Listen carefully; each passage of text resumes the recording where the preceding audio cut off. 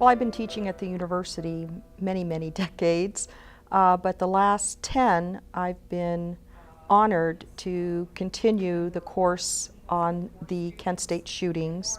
It's called May 4th and its Aftermath. It is sponsored by the Honors College. It's one of the experimental courses in the Experimental and Integrated Studies program. I've been teaching with Laura Davis. We like to contextualize the Kent State shootings in the culture of the 1960s. Is one of the things that we found when we first started teaching is that many of the students obviously were not born, weren't even thought about in 1970, and so it's very difficult because they had such a very different way of growing up, and it's difficult for them to understand the real tension between some of the generations of the 1960s and why, for example, students just didn't leave the Commons when they were told to leave.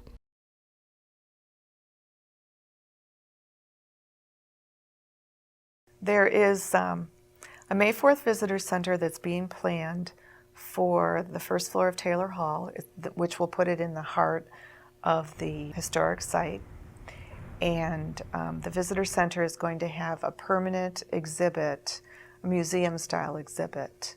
And that exhibit will talk about the events of May 4th in a kind of immersive experience, but wrapped around that immersive experience of what happened on that day, the event will be set in the context of its times, the decade of the 60s, which was a time of tremendous social and cultural and political change in our country. A part of the visitor center experience is to have an outdoor component that complements the indoor component, the permanent museum-style exhibit. And the outdoor component, the May 4th walking tour, will actually be in place and be dedicated on May 3rd of this year for the 40th commemoration of May 4th. The walking tour has several features. It has interpretive trail marker panels at 7 key locations within the 17-acre site. And those trail marker panels are complemented by a number of other resources. There's a walking tour brochure that has 2 maps, a locator map for the trail markers and also an illustrated map that illustrates what happened at the moment of the shootings. There are archival photographs and other kinds of commentary in the brochure about what happened on May 4th, as well as the days leading up to May 4th.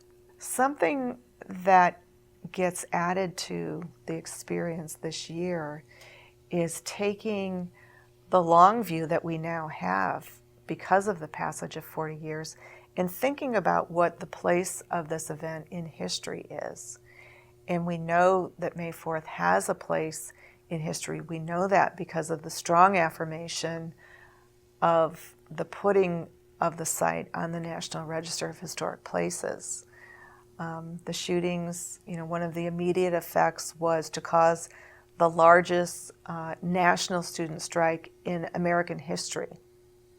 We know that it changed the public's and Congress's thinking about the war in Vietnam and had other impacts as well.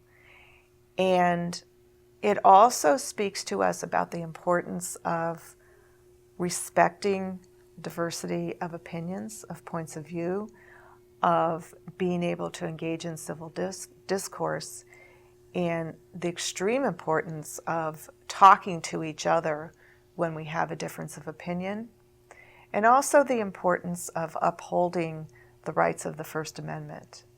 It's very difficult to hear people dissent, especially in a time of war, but that's a principle that our country is founded on. And these are universal truths. These are things that have universal meaning for citizens today, perhaps even more so than they did then. And that's what I hope that students and other members of the community reflect upon because of these new resources that are coming into being.